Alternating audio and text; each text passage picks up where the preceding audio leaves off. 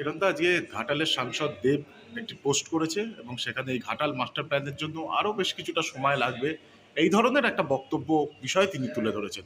কি বলবেন? দেখুন, 2014 থেকে তো উনি বলেই আসছেন যে আরো সময় লাগবে, আরো সময় লাগবে।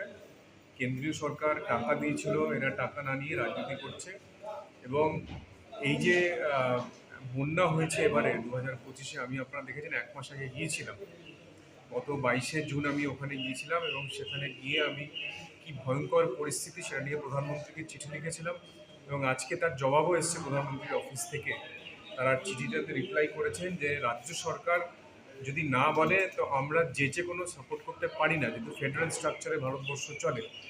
বলে এই রাজ্য সরকারের কোনো হেলদোল নেই, অথচ ওরা মিথ্যে বানিয়ে বানিয়ে বলছে নাকি কেন্দ্র সরকার কিছু করছে না। আমি তো চিঠিটা টুইটও করেছি, পোস্টও করেছি।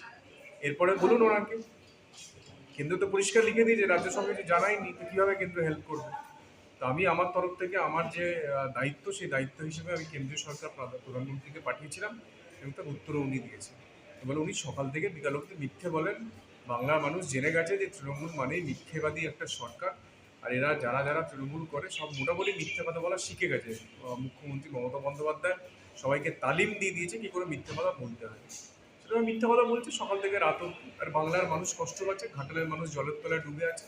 21শে জুলাই আপনারা দেখেছেন, মমতা নিজে বলছেন, মমতা দি, যে আজকে 21শে জুলাইতে ঘাটাল থেকে মানুষ জলে সাঁতরে সাঁতরে নৌকা করে আজকে আমার 21শে জুলাই সমাবেশে এসেছে।